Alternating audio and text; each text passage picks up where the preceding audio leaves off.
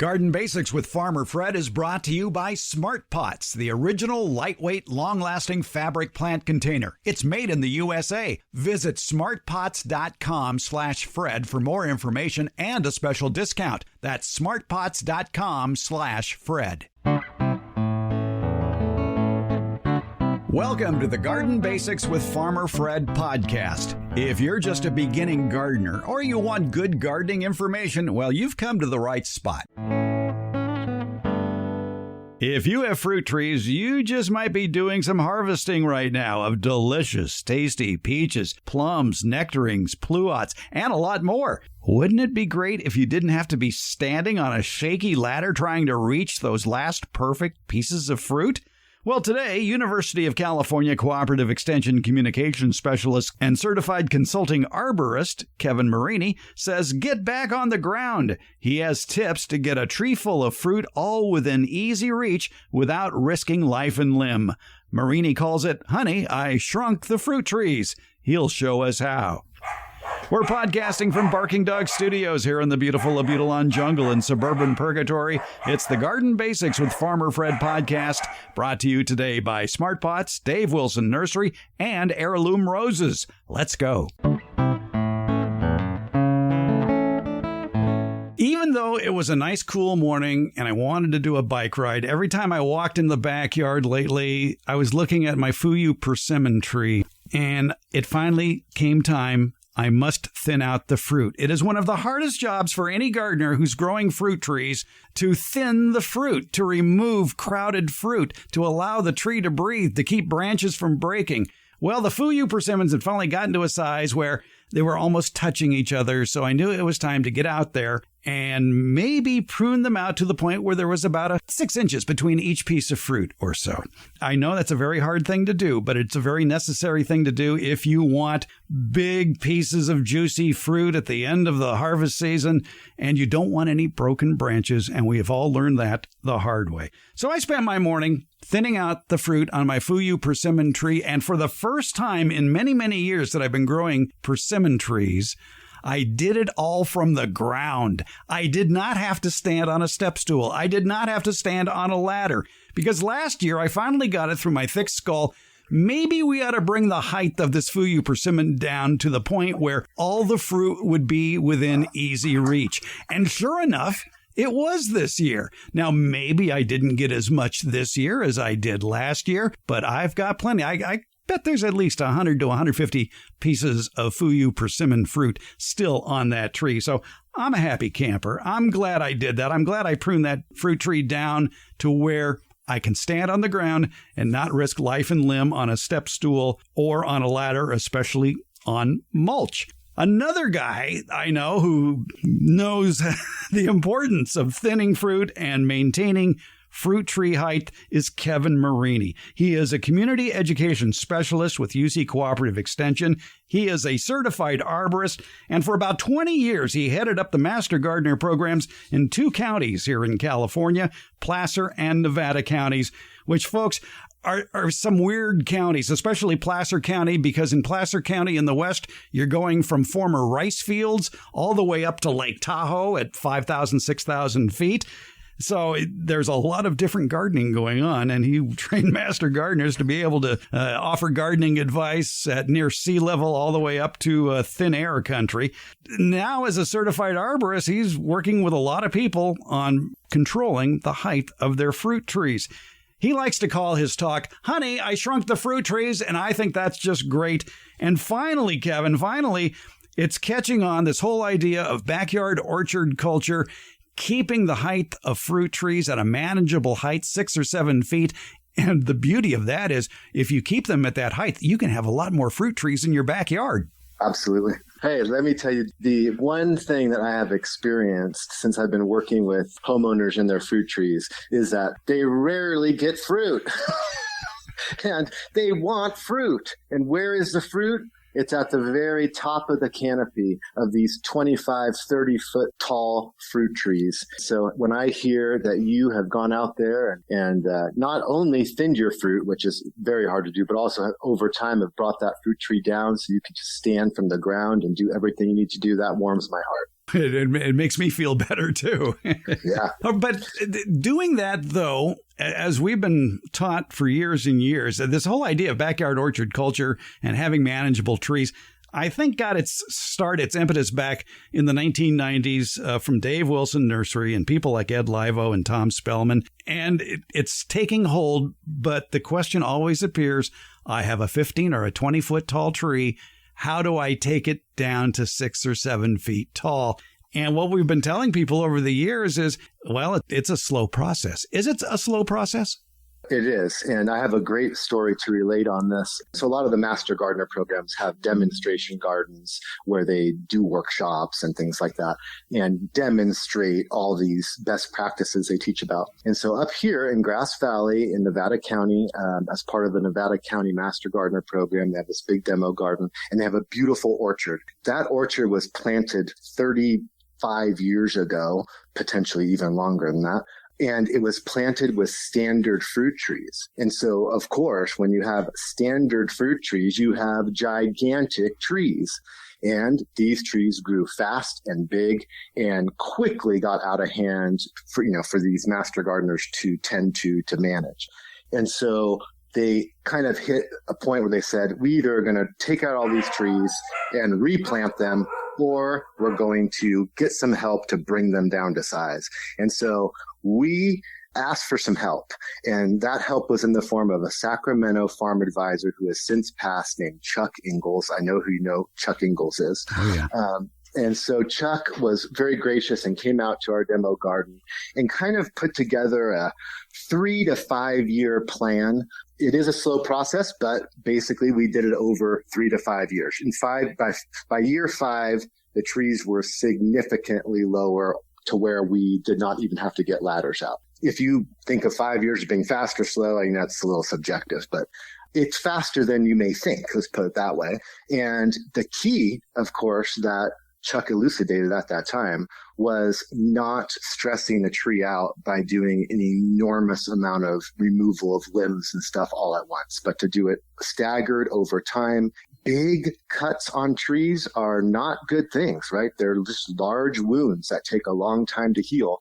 And so you want to minimize those large pruning cuts as much as possible. So by staggering it over a number of years, you don't do it all at once and risk complete death of the tree.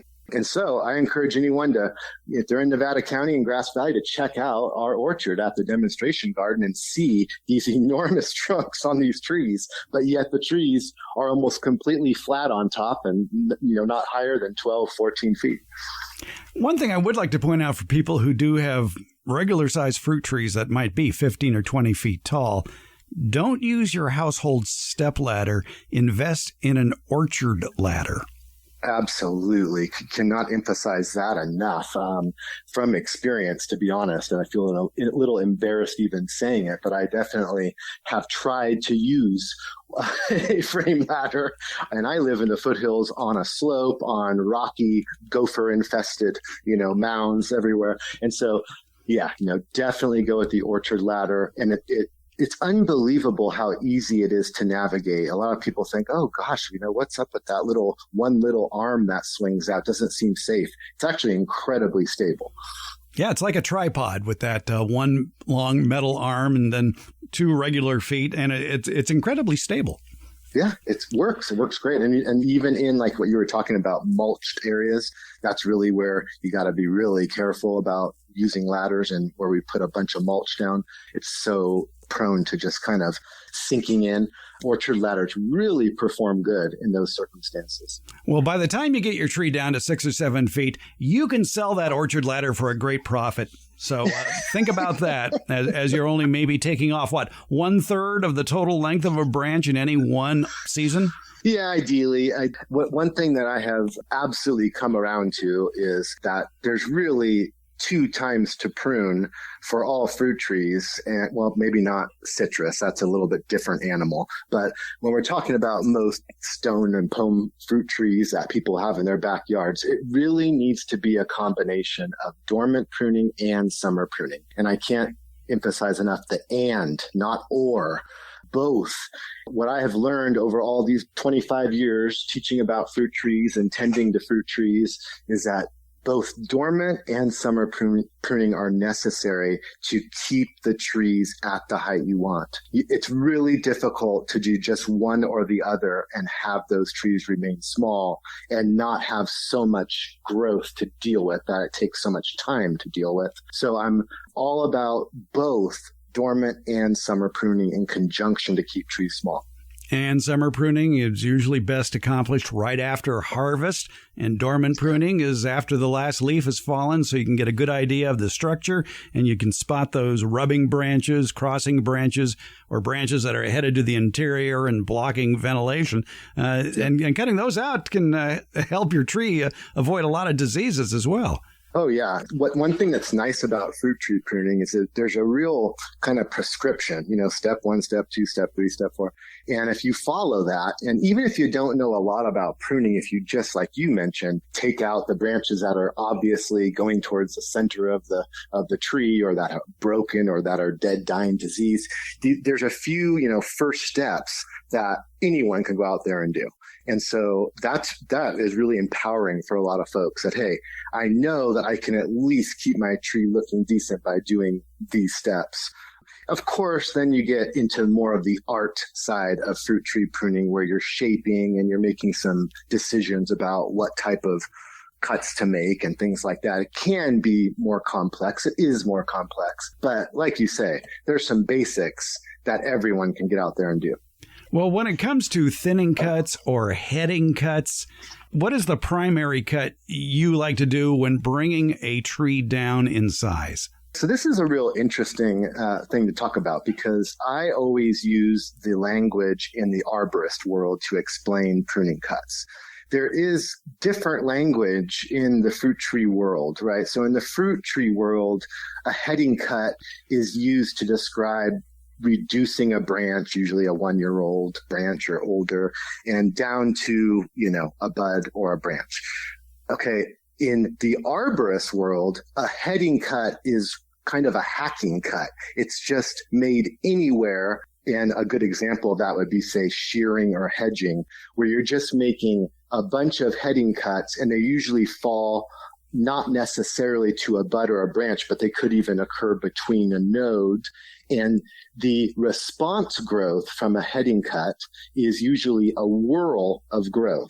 So when you make a heading cut, and again, I'm referring to more of the heading cut defined in the arborist world, it's not necessarily intentional to where you're making that cut. So it creates this whirl of growth that becomes a problem for trees. Okay. You have to go back and fix all that regrowth.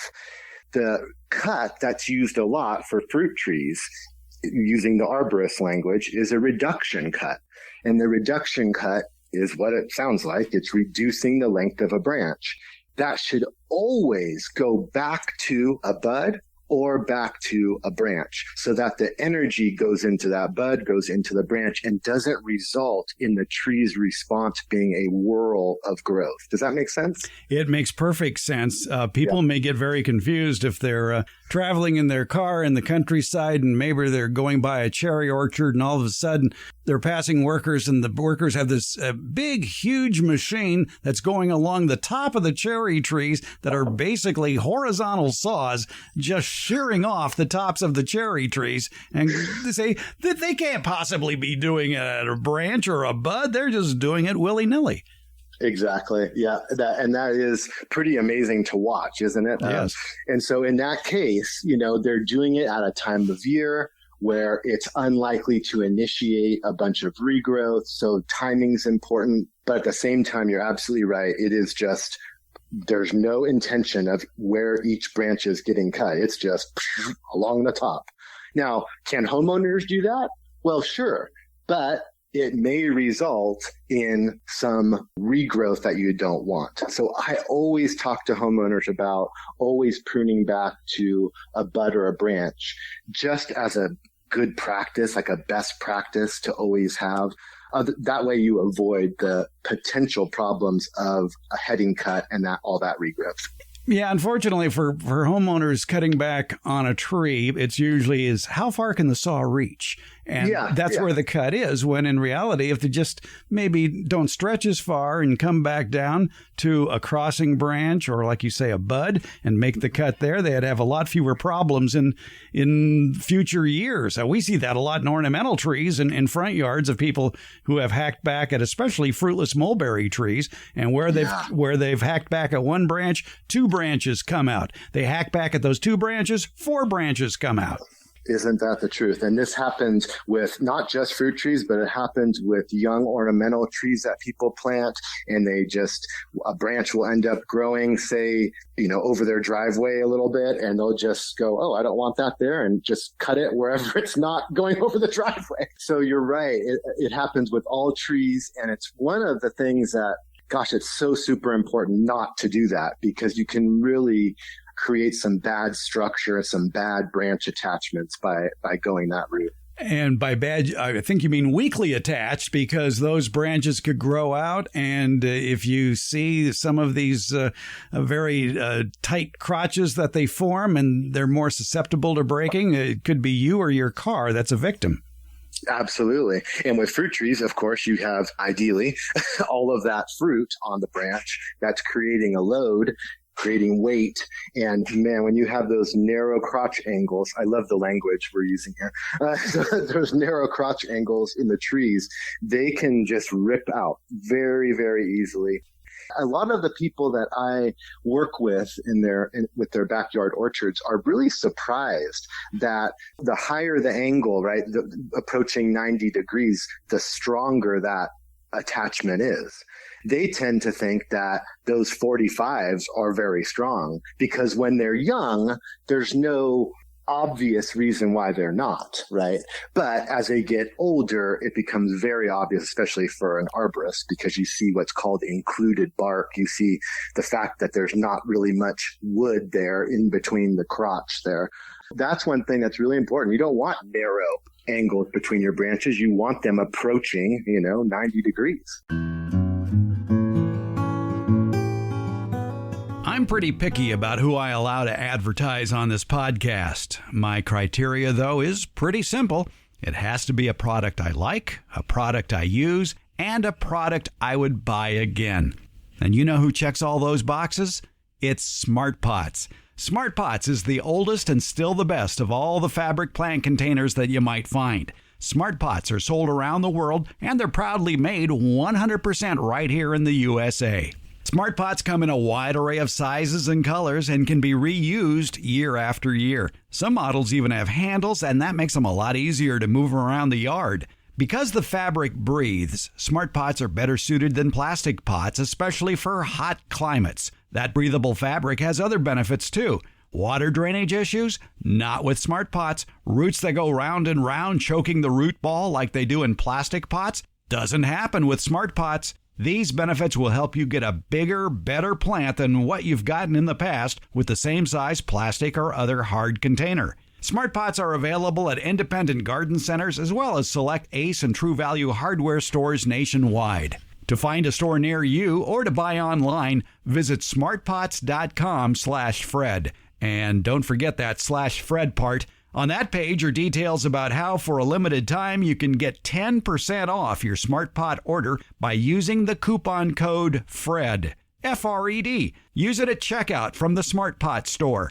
Visit smartpots.com/Fred for more information about the complete line of Smart Pot's lightweight, colorful, award-winning fabric containers. And don't forget that special Farmer Fred 10% discount. Smart Pots, the original award-winning fabric planter. Go to smartpots.com/Fred. Let's get back to our conversation with Kevin Marini of the University of California Cooperative Extension. He's a communications specialist, and he's a certified and consulting arborist. And we're talking fruit trees, including what you need to do when you plant a fruit tree. Even if you don't want to do it, you really need to do it. There's always exception to rules, and one of those exceptions is another one that can draw gasps of horror from a crowd gathered to see a new fruit tree being planted, and that's when the demonstrator basically takes that stick and cuts it in half. Yes. And they don't realize the benefits of cutting a newly planted fruit tree, cutting it really off at the knees, because you're going to form branches that are lower to the ground and have fruit that is within easy reach. Yeah, and I have to admit that I'm one of those people that does that in my workshops. And it does. It kind of always lets a big gasp, like, oh, yes. I can't believe he just did that, right? And you said the right term. So that's heading back, right? And so in that case, you're not heading back. You're not pruning down that stick to a branch or bud necessarily. You're just cutting it off at the knees. And what that does is it spurs a bunch of buds to pop and grow, which gives you all these great options for new, what's called scaffold branches, your main branches that are coming off the stem. It is the number one strategy for keeping fruit trees small, is cutting it at the knees at planting. So many folks want the biggest bare root fruit tree they can find, and they would never consider cutting that down at the knees after finding the biggest one, right? And the 7-foot tall apple. Oh gosh, we want that one. Well, here I come along and say, cut it all the way down here. But that is the number one strategy. Besides rootstock selection. So most fruit trees are grafted, and they're grafted on these rootstocks that can help control height and spread. And so there are genetic dwarf rootstocks and there are semi-dwarf rootstocks that help control height. So I guess you could make the argument that that's the first step, is making sure you're getting one of those dwarf rootstocks to keep the tree small. But the next step would be cutting it at the knees. I'm with you on that. If you are in the market for new bare root fruit trees come winter, if you deal with a reputable local nursery, they're going to be choosing the fruit trees with rootstock that's probably better for your area, because it may be more resistant to wet soils or clay soils or sandy soils, whatever the case may be. And let them make that choice for you, because rootstock labels can be very confusing. Oh yeah. And so, there are a number of local nurseries that sell local fruit trees. So there's one in Placer County, for example. They grow them there, they harvest them, they graft them, they sell them, like you say, with a match that's good for the area. And then there's nurseries that are purchasing from large producers. So we know Dave Wilson, everyone knows Dave Wilson. Fruit trees are great fruit trees, but these local nurseries will select their stock of say, Dave Wilson fruit trees from the perspective of what works best for this area as far as rootstock. So yeah, absolutely. And I'm amazed how many people that, are really kind of obsessed with fruit trees. They're all getting into grafting on their own. Grafting now has become pretty popular, at least in the fruit tree world. So people now, I'm not surprised to hear when someone says, "Oh, I picked out this rootstock and I grafted my own silage to it." That's not so rare to hear anymore. That's right, and soon they learn the definition of the word precociousness. Yeah. where one variety out of 4 on a tree tries to take over. Yeah. Yep. Yeah. The multi-graft trees are not fun to prune. That's for sure. You have to, at a client's house, it's like you have to explain why you're hammering this one variety while leaving the other ones pretty much as is, right? It's really, really difficult in those multi-varietal trees, and just within one type, but having multiple varieties. Either way, it's tough. It's tough to manage those trees appropriately for really solid production from all of the grafts. And that is something to consider if you do have a multi-budded fruit tree in your yard that has gotten out of control and you want to bring it back down to size. You better mark the branches of each variety so you don't accidentally cut one completely off. Absolutely. And I know that happens because I've seen it. I've gone out to places where the tag's still there, just hanging on a nub. Yeah. Well, that's why I've always been a big proponent of not only have that sign out at the tree, but also write it down inside. Keep a garden journal and write down what you planted, when you planted, where you planted. So when the raccoons come along, and besides taking your fruit, they take the plastic sign away, you know exactly what tree it is. Oh, yeah. And those things, they degrade over time, too. I've had a few of those tags fall off and without recording it in a journal like you're talking about. And yeah, I run in and make a note to remember it. So absolutely, they don't last forever. Well, that was a nice scenic bypass.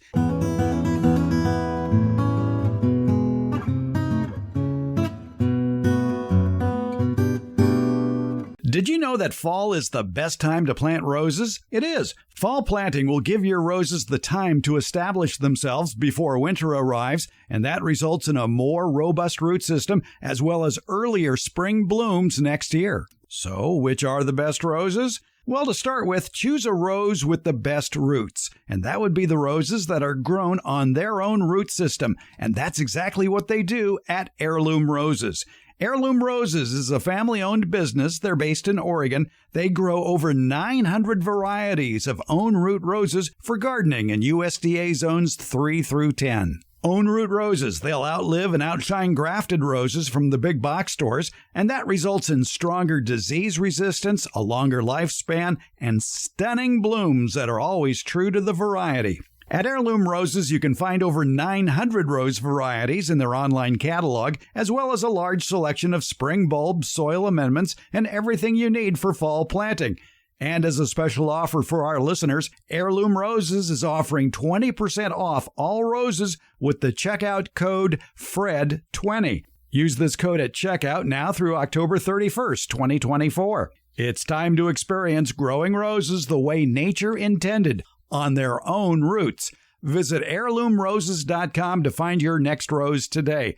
And be sure to take advantage of that 20% off at checkout with code FRED20. That's FRED20. Find that direct link for that discount in today's show notes. That's heirloomroses.com. We're reducing the size of your fruit trees. We're chatting with Kevin Marini of the University of California Cooperative Extension. He's a communications specialist. He's also a consulting and certified arborist. And we're talking about the specific cuts that you should be making on your fruit trees. Getting back to reduction of fruit trees, let's talk about the one type of cut we didn't talk about, and that's a thinning cut. And I think that would be most valuable when you're trying to clear out the interior of a tree to improve air circulation. Yes. So thinning cuts refer to cuts that remove a branch at its origin. And so what we've talked about so far, heading cuts, reduction cuts, they are bringing the length of a branch back, but to somewhere else where on that branch where new growth is going to occur. Thinning cuts remove the branch all the way at its origin. So you're right. All those branches that are growing towards the center are generally going to be, you're going to use thinning cuts to remove them completely. You may get some regrowth in there from doing a bunch of thinning cuts, but that's just because you just exposed new buds to new light. That's the other important thing about those thinning cuts, is it not only helps maintain the structure of the fruit tree, but it also allows light to penetrate that fruit tree so that you keep getting fruit production within the tree on lower areas of the branches. A lot of times it gets so thick in the middle of those fruit trees that the only fruit that ever gets formed is on the outsides. And Fred, I'm sure you know, when you have fruit on the outside of the canopy, you're lucky if you're going to get it first, right? Birds, there's lots of competition for that fruit on the outside of the canopy. That was one of my decisions in thinning out the fruit on the Fuyu persimmon tree today. Is, okay, you got two pieces of fruit growing next to each other. Which one gets removed? Well, obviously, the smallest one would lose, and I'd keep the bigger one unless the bigger one was sunburned, and then I would remove that one. Yeah, with this heat, there's a lot of sunburn on fruit and on bark as well. Yeah. So, when I go out and do, say, summer pruning, where I'm removing a lot of the canopy and a lot of that shade, all of a sudden, not only is fruit can be exposed if there's still fruit on the tree, but the bark suddenly gets exposed to intense sunlight, which can cause sunburn, which, oh my gosh, that leads to so much disease and bacterial cankers and all these things that really can be a death knell for these trees. Yeah, that brings up a very good point, too, about applying salves to the wound, you might say. But one is good, one is not good. There are people out there who, after they make a cut of a branch, will try to apply sealant to that cut. Yeah. And, well, go ahead, talk about that. Yeah, that's interesting because it used to be, and, in the arborist world, going way back, a long time, 30 years ago, something that was recommended. So there's still literature that talks about making a cut and then sealing it with pruning sealer.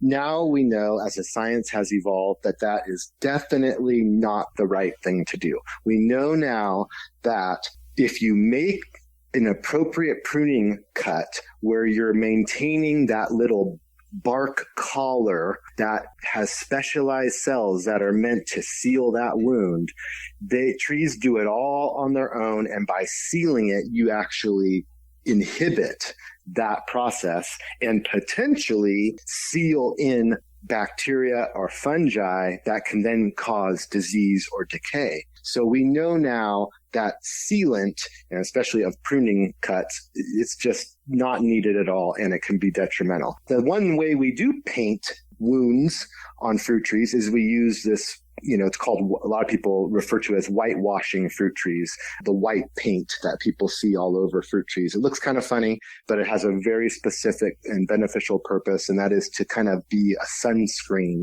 and help protect the bare wood from getting sunburn or young bark from getting sunburn and splitting.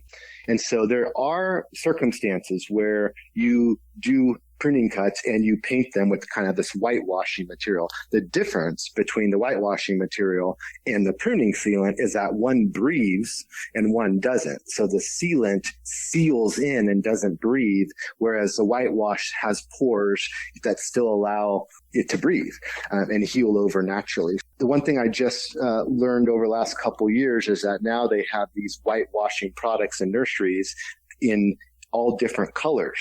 So now you don't have to have a white fruit tree anymore. You can actually paint it brown because they actually sell brown whitewashing paint. Yes, you can have a regular looking fruit tree now. You don't have to have it all white everywhere. Well, that brings up a fact that, and a lot of master gardeners will promote this, is make your own whitewash with a 50% mix of water and 50% interior white latex paint, as opposed to exterior white latex paint. Is that still recommended? Oh, yeah, for sure. So people can do the DIY thing, and just if they have a gallon of, like you say, interior latex, again, it's that breathability that you need. Yeah, 50-50 with water works totally fine. But also now they sell a product similar to that at the nurseries as well. So if you didn't want to mix it up yourself, you can just purchase it. If you're pruning back your fruit tree and taking off some branches, well, there's going to be areas of that tree that are now exposed to sun that weren't exposed before, and they would be very susceptible to sunburn. Yeah, especially if they're lateral branch surfaces, right? So if a branch is going horizontal, relatively horizontal on a fruit tree and is shaded, and then you remove that leaf material that's shading it, and suddenly there is direct sunlight on that lateral surface of that branch, it will burn fast. And so you're right, after summer pruning, a lot of time it's worthwhile to paint some of those surfaces that suddenly are exposed to that direct sunlight. It will go a long way in helping that tree live a long life, because once the tree gets sunburned, it's a wound, it's an open wound. And so then all of a sudden you get these bacterial and fungal diseases that can get in there. And once you have that, we don't have a lot of homeowner products on the market that help us solve those problems. It's summer, time for harvesting all that delicious fresh fruit from your backyard orchard. Summer is also the time for doing some fruit tree pruning. You're not familiar with summer pruning to help control the size of your fruit trees? It's called backyard orchard culture, and you can find out all about it at davewilson.com. That's the website for Dave Wilson Nursery, the nation's largest grower of fruit trees for the backyard garden.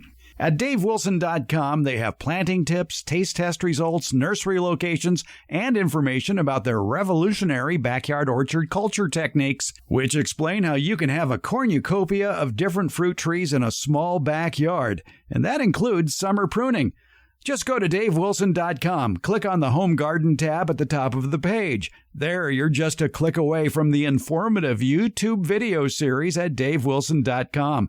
And as part of that video series, they'll walk you through everything you need to know about backyard orchard culture. Your harvest to better health begins at davewilson.com. Let's get back to our conversation with UC Cooperative Extension Communications Specialist and arborist Kevin Marini, who has steps to take to keep your fruit trees in tip-top shape.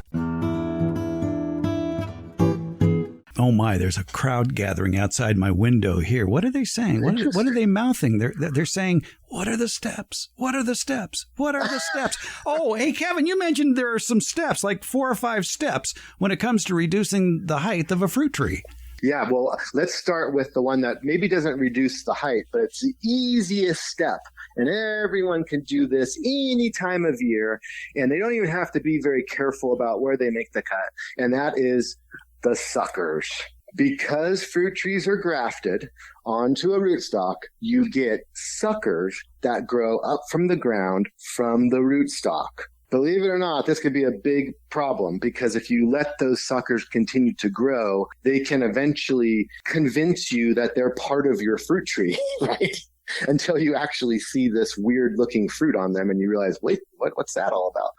Pruning off suckers, step number 1. Go out to your tree any time of year. If they're shooting from the ground, obviously from the rootstock below the graft union, cut them out. Do not let them take over your tree. So that's easy. Step number 1. Yeah, let's define that first for people who are trying to find the bud union. If a tree was planted properly, that's going to be like a little lump or a little bump that should be just a few inches above the surface of the soil. And yes. So anything that is emanating from below that point can be removed completely and safely. Yes, I'm actually glad you drilled down on that a little bit because one thing that I have encountered quite a bit is that people bury the graft union, right? So they buy their fruit tree in a container and the graft union is above the soil line when they bring it home. But when they pop it out of the container and put it into the ground, many times they bury it too deep. And if that graft union is subsurface, if it's underneath the ground, it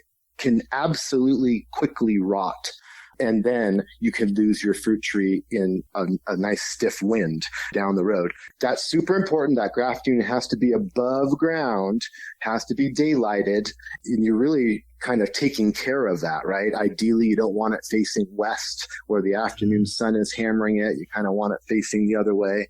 It's not a deal breaker if you didn't do that. Don't worry, folks. But having that graft union up above ground and then controlling any sucker growth from below that coming from the ground, from the rootstock, or just beneath the graft union on the stem. Yep. There are other suckers that I don't know if this is unique to citrus or not. They're called water sprouts that can just spring up almost anywhere in the tree. But the thing with them is they're growing straight up and they're easy to spot and easy to remove. So that is, I would say, your step number 2. So you start with your suckers down below, get rid of all those so they're out of the way. Some of them can be quite thorny and vicious as well, especially on citrus. Yes. And so then you're looking for these other type of suckers called water sprouts. They generally occur as vigorous vertical shoots on lateral branches. So branches that are going out relatively in a horizontal fashion, they will vertically shoot up to the sky. On certain plums and cherries, sometimes these water sprouts can be 7-8 feet in length. I mean, they can completely destroy this beautiful structure that you're trying to work on with this fruit tree. Identifying those water sprouts and getting them out of there is super important. You know, some people will use water sprouts to rejuvenate fruit trees. That would be getting really technical here. We're not going to go into there, but I just want to point out that they could have a use in certain circumstances, but overwhelmingly in our backyard orchards, you see a water sprout, it's gone, it's out of there. Yeah, you're right. That is a scenic bypass, but one I don't want to take right now either, because then we're going to get into plant propagation. Right.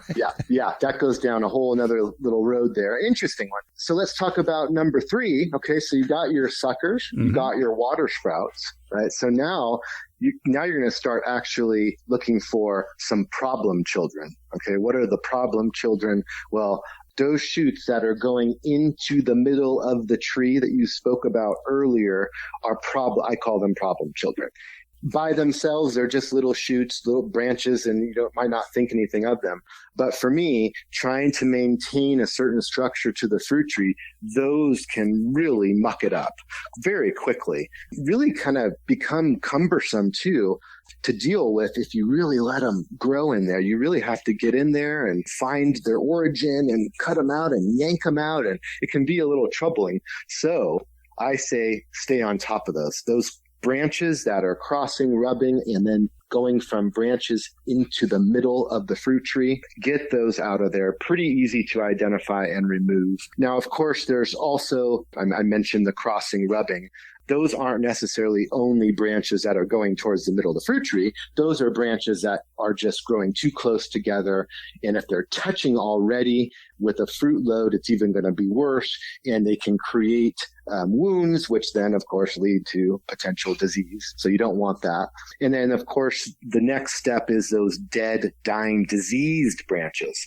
If you know a branch is dead, cut it out of there. Don't let it be a host for other bacteria or fungi that could reinfect the live tissue somewhere on the plant, on the tree.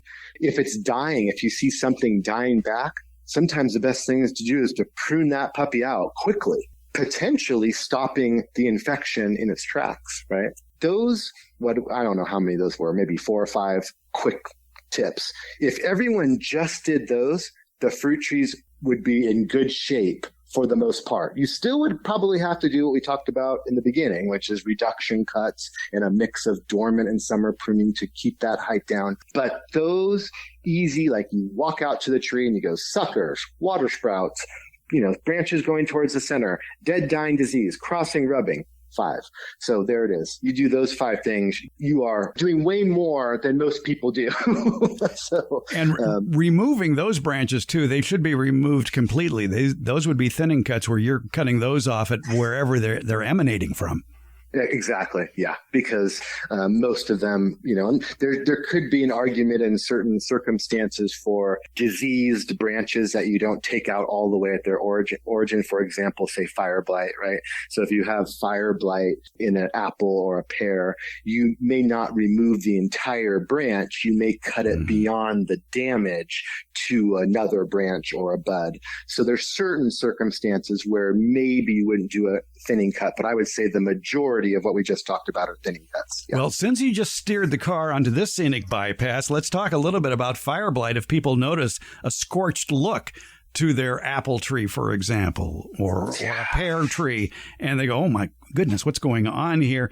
It could be fire blight. And it used to be that what you would do is you would notice where it begins to start the discoloration and then go down another 12 inches or so and make your cut there in order to prevent a reinfection. And then the real old school of thought was, and then after each cut, sterilize your cutting tools. And I don't think anybody does that anymore. Chuck Engels, you brought him up earlier, and he tried to spread fire blight by making cuts just below the wound or below the discoloration area and not disinfect the tools. And no matter how hard he tried, he could not reinfect the tree. It's so funny you bring that up because I was going to bring that up too. And there's another plant pathologist in UC Extension, and she's since retired, but she said the same exact thing. And so it is true that it seems like it's much harder to spread via pruning shears than we originally thought. That is good news because having to, disinfect between every cut is incredibly cumbersome. And I doubt that many people would even go about doing that unless they had a very small tree and only had a few cuts to make.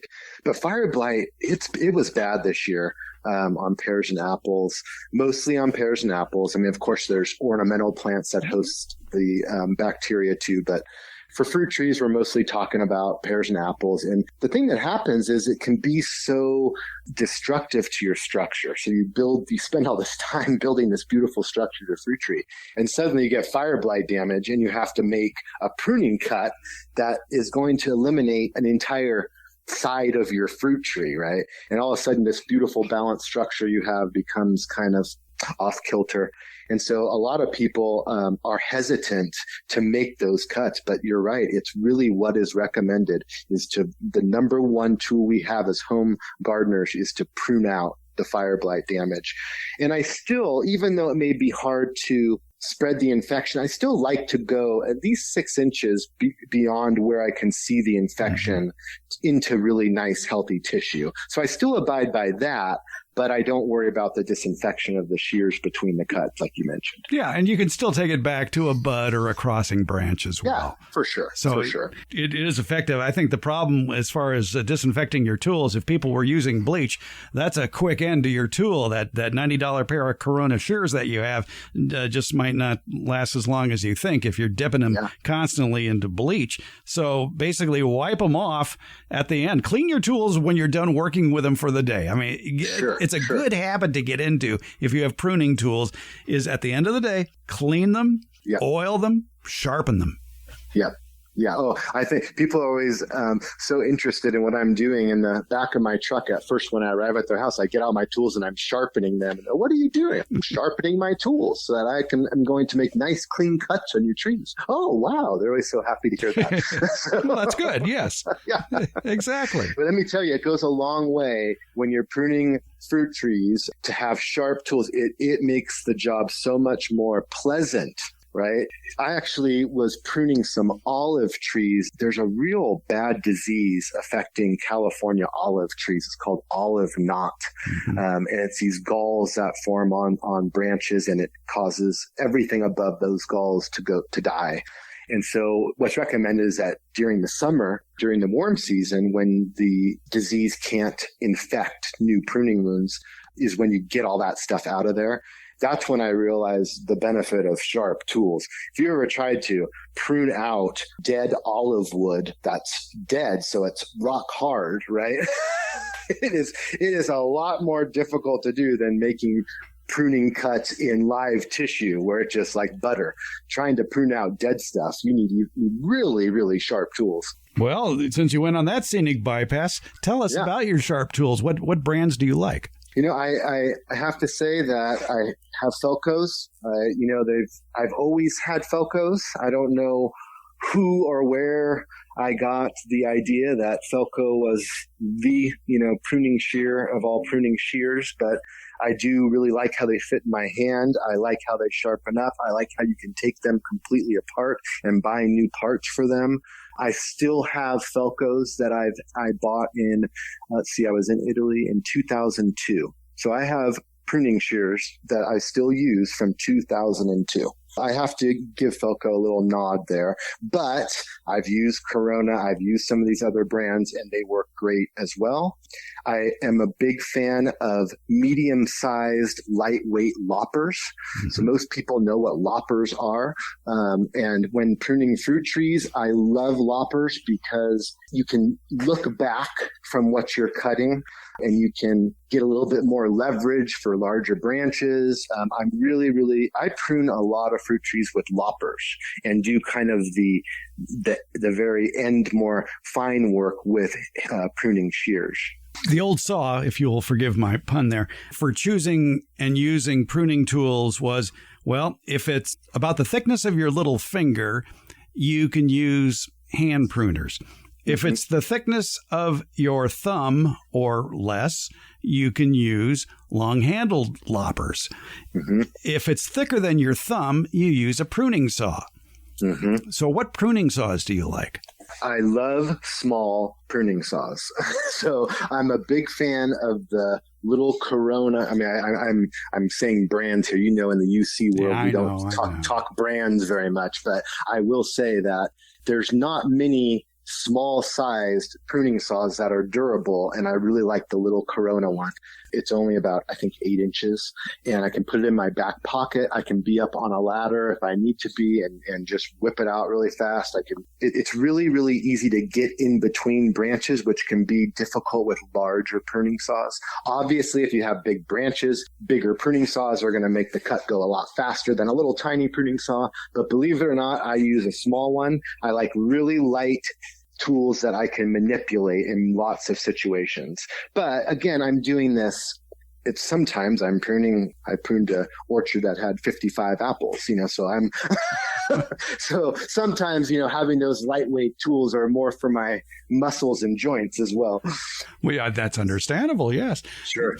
I think one thing we should talk about is when making the cut with a pruning saw on a branch that is bigger than your thumb, you do not want to remove it close to that branch collar, as you say, in one fell swoop, because chances are once you cut through the top about halfway through, that branch is going to start to break and then strip the bark further down below the branch collar and maybe down the trunk of the tree. And so a good rule of thumb, again, is the 3-cut method. Yes, absolutely. And, if the branch isn't too big and a little bit bigger than your thumb, it's not too big, and you're using your pruning saw, a lot of times you can just kind of hold the branch with one hand and saw with the other and kind of catch the branch, if you will, when you make that last little cut to sever it from the tree. I have to admit that I do that quite often with certain size branches I can handle, but you're absolutely correct. Once you get into bigger branches, do that undercut. That undercut is so important to keep it from ripping back. And, people can go online and just look it up. It's literally, 1, 2, 3 cut. If they put that in, they can see a graphical representation of what that exactly looks like. But basically, what you're trying to avoid is what you said, that bark just ripping out from underneath the branch, which can happen very quickly, more quickly than you realize. So doing that little undercut is important for sure. Yeah, every picture tells a story, don't it? Yes. And that's important too. And it is hard to visualize what we just said. So I'll have a link in today's show notes. I did a newsletter a while back in the Beyond the Garden Basics newsletter about the 3-cut method that shows you exactly how to do it. And it's very easy once you start doing it. Oh, sure. And also, if you could link to a picture of the bark branch collar, because that's part of it. Yeah.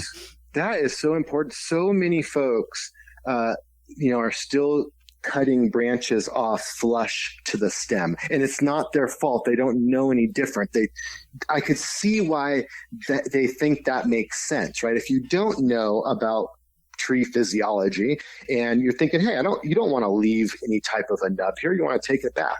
But we know now that flush cuts, which is what it used to be called, is not the way you want to do pruning cuts. And so what I say is nubs, not stubs. We're not saying leave in a huge stub of a branch. What we're saying is you're leaving the nub of the branch bark collar, which does protrude out from the stem of the tree a little bit.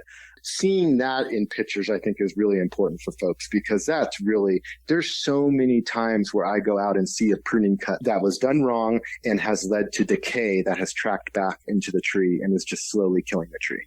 As our mutual acquaintance Steve Zion would describe it, you want to leave enough that you can almost hang your hat on. Yes, that's a good way to put it. Yeah. Yeah, I always say nubs, not stubs, because it rhymes. It rhymes, and it seems that people, it sticks in their heads. But that visual of hanging the hat on that little nub, that's going to stick in my head now. Okay. Well, that's good. Well, we've learned a lot about bringing down the height of overgrown fruit trees today with Kevin Marini, Communication Education Specialist with UC Cooperative Extension and Certified Arborist. He is going to be, if you're in Northern California, he is going to be speaking tomorrow, Saturday, August 3rd, at Harvest Day at Fair Oaks Horticulture Center. He's going to be talking about nurturing soils and bagged mixes for better plants. He'll be speaking at 8:30.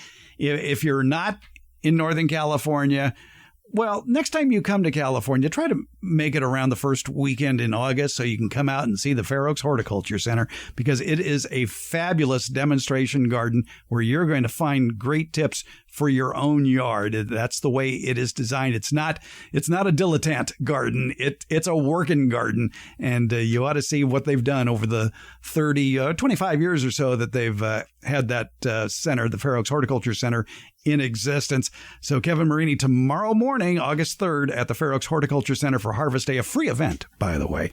Kevin Marini, thanks so much for bringing down the height of our fruit trees today. No problem. Thank you so much for having me. I really enjoyed it.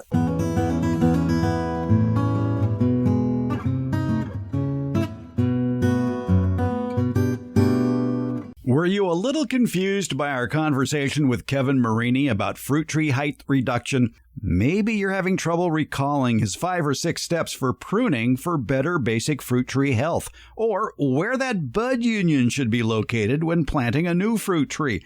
Or you're wondering about that tree branch color. Why is that so important? And how to do that 3-cut method for large branches. Coming up in the Tuesday, August 6th, 2024 edition of the Beyond the Garden Basics newsletter, we'll take a deeper dive into those fruit tree planting and pruning tips, including another point of view about backyard fruit tree height from the author of a book on that subject. To find out more about what we talked about here in episode 351, Honey, I Shrunk the Fruit Trees, check out the Tuesday, August 6th edition of the Beyond the Garden Basics newsletter. It's on Substack. You'll find a link to the newsletter in today's show notes. Garden Basics with Farmer Fred comes out every Friday. It's brought to you by Smart Pots and Dave Wilson Nursery. Garden Basics, it's available wherever podcasts are handed out. For more information about the podcast, as well as an accurate transcript, visit our website, gardenbasics.net. And there you can find out about our newsletter, Beyond the Garden Basics. And thank you so much for listening and your support.